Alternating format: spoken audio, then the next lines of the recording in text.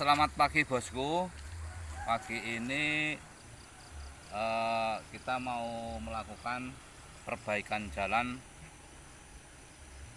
rapat beton untuk Desa Srijadi ya. Desa Srijadi, Kecamatan Kalirejo, Kabupaten Lampung Tengah, yang berbatasan langsung dengan Sukosari.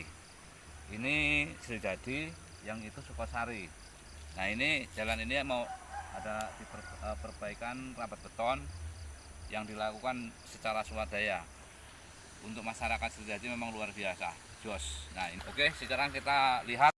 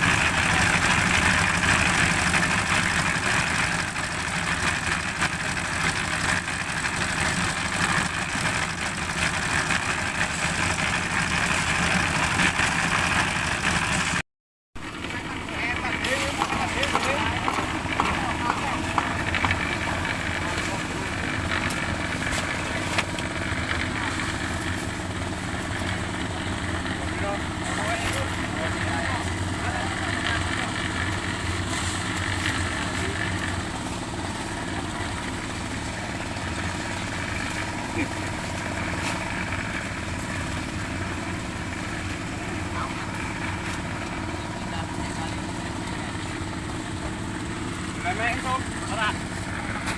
Rawon, kok ngene kok